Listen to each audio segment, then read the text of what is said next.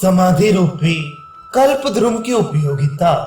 श्री राम जी ने कहा, मुनिवर, अब आप समाधि रूपी वृक्ष के स्वरूप का, जो विवेकी पुरुषों के जीवन उपयोगी फलों से सुशोभित, लताओं से परिवेष्टित, पुष्पों से सुरभित और मन रूपी मृग को विश्राम देने वाला है, क्रमशः वर्णन कीजिए।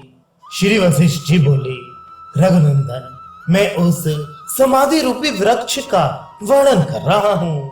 सुनो, वह विवेकी पुरुष रूपी वन में उत्पन्न हुआ है और ऊपर की ओर बढ़ता ही जा रहा है।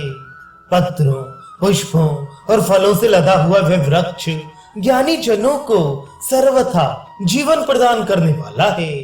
विद्वानों का कहना है कि दुख के कारण अथवा स्वयं ही जिस किसी भी प्रकार से इस संसार रूपी वन से उत्पन्न हुआ जो परम वैराग्य है, वही उस समाधि रूपी वृक्ष का बीज है और चित्त उस बीज के उगने के लिए उत्तम क्षेत्र है, जो शुभ कर्म समूह रूपी हल से जोता गया है, रात दिन शांति आदि जल से सींचा गया है तथा प्राणायाम रूपी जल प्रवाह से युक्त है।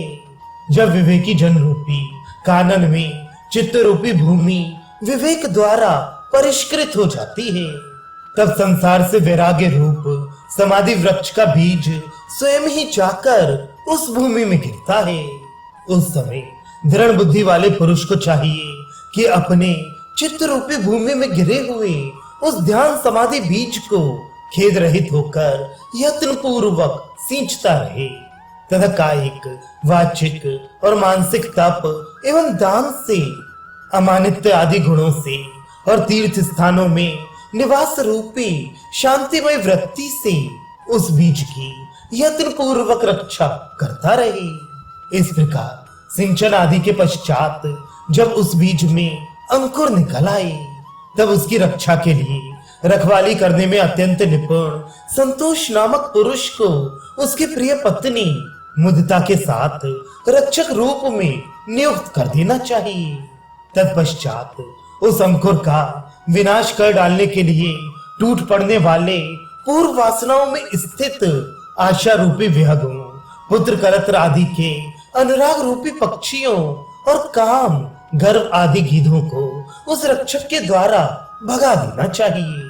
फिर इस अंकुर के खेत से अत्यंत कोमल सत्कर्म रूपी झाड़ुओं से रजोगुण को तथा अचिंत ब्रह्म रूपी आलोक प्रदान करने वाले ज्ञान रूपी सूर्य की धूप से तमोगुण रूपी अज्ञान अंधकार को साफ कर देना चाहिए।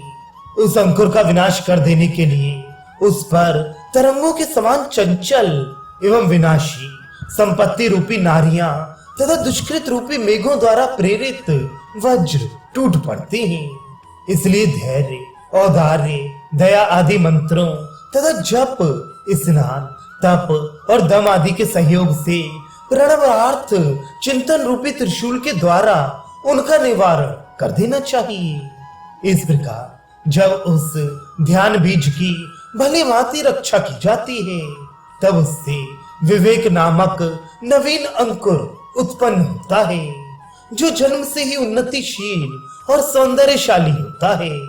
राघव, तदनंतर उस अंकुर से अपने आप दो पत्ते निकलते हैं, जिनमें एक है शास्त्र चिंतन और दूसरा है सत्पुरुषों का संग। आगे चलकर जब ये संतोष रूपी त्वचा से वेष्टित और वैराग्य रूपी रस से अनुरंजित होता है, तब ये तना दृढ़ मूलता एवं समुन्नति को धारण करता है। इस प्रकार शास्त्र चिंतन रूपी वर्षा के जल से आप्लावित होकर जब इसका हृदय वैराग्य रूपी रस से परिपुष्ट हो जाता है, तब यह अपनी आयु के थोड़े ही समय में परमोत्कृष्ट उन्नति को प्राप्त हो जाता है।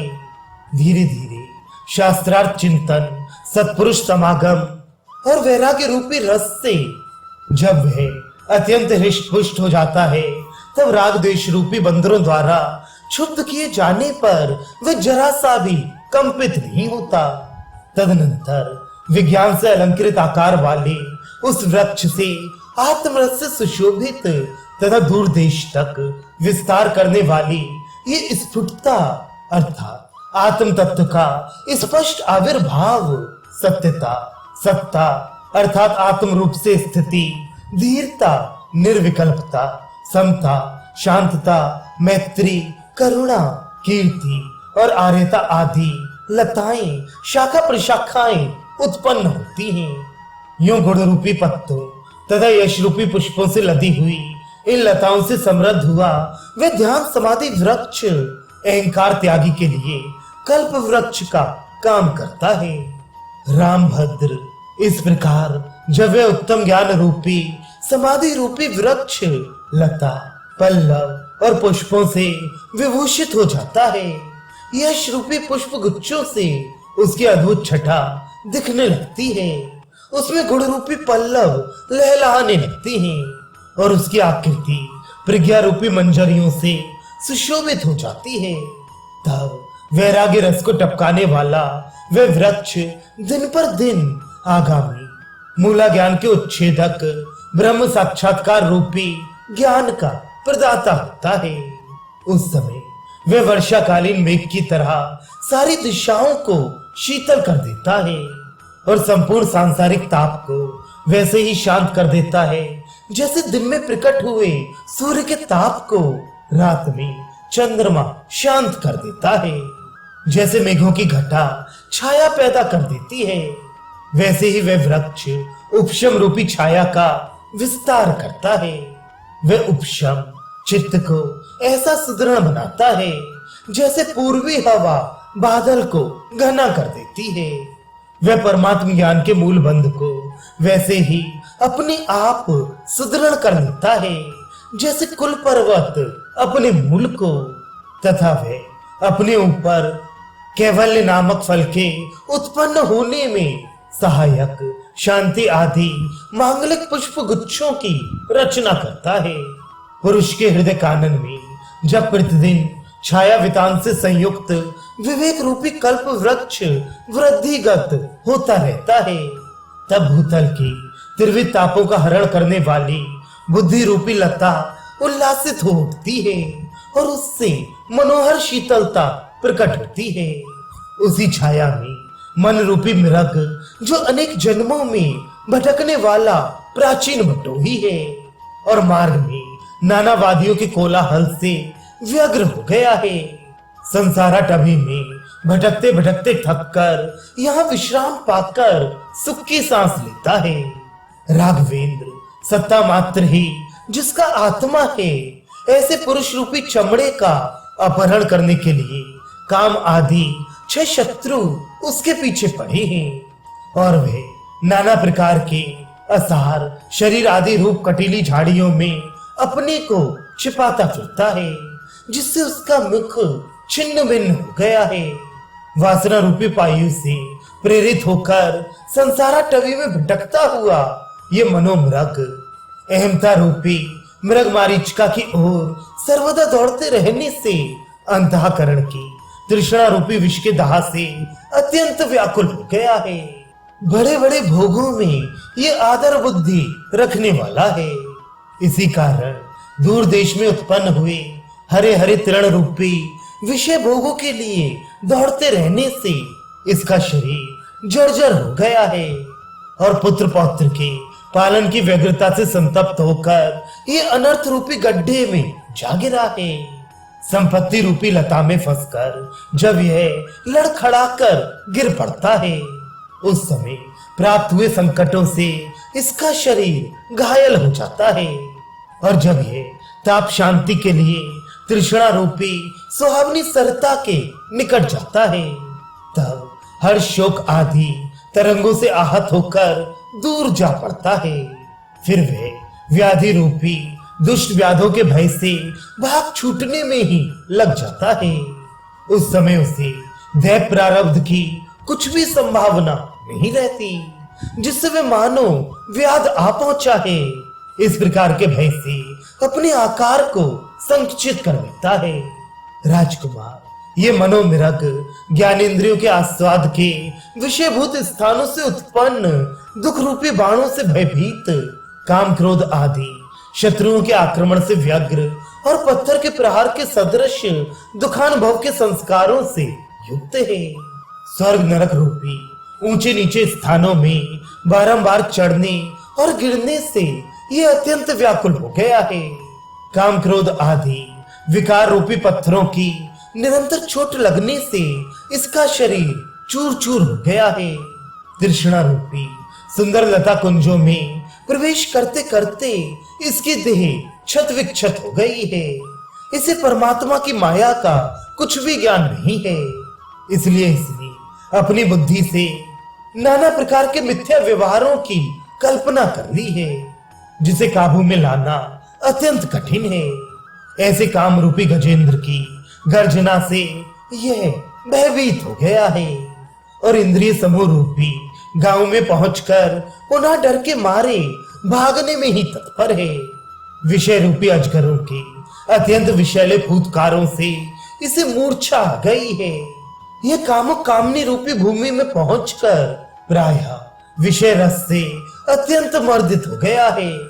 क्रोध रूपी दावानल से दग्ध हो जाने के कारण इसकी पीठ पर छाले पड़ गए हैं, जिसकी गर्मी से ये छटपटा रहा है और सदा विषयों में बारंबार भ्रमण करने के कारण भीषण दुखों की प्राप्ति से उसके भीतर भी जलन हो रही है।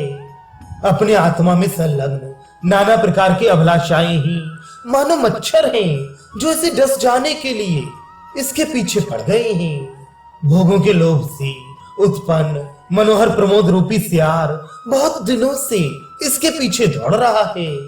एक तो ये यूं ही अपने कर्म और कर्तव्य के चक्कर में पड़कर उद्भ्रांत हो गया है, ऊपर से दरिद्रता रूपी सिंह इसका पीछा कर रहा है। यह पुत्र कलत्र आदि में आसक्ति रूपी व्यामोह की कुहासे से अंधा सा हो गया है, जिससे इसका शरीर कपट रूपी पर्वत शिखर से लुढ़ककर गड्ढे में गिर रहा है। मान रूपी सिंह की धाड़ से इसका हृदय कांप उठा है, जिससे यह भयभीत हो गया है और प्रसिद्ध मृत्यु रूपी व्याघ्र के प्रहार करने पर अगस्त्य पुष्प की तरह सुखपूर्वक विदीर्ण करने योग्य दिख रहा है। निर्जन वन में गर्भ रूपी अजगर इसे शीघ्र ही निगल जाने के लिए ताक लगाए बैठा है। अनेक विध कामनाओं की सिद्धि के लिए ये जहां तहां अपने यवांकुर तुल्य दांतों को छिपाता फिर रहा है, अर्थात दीनता प्रकट कर रहा है।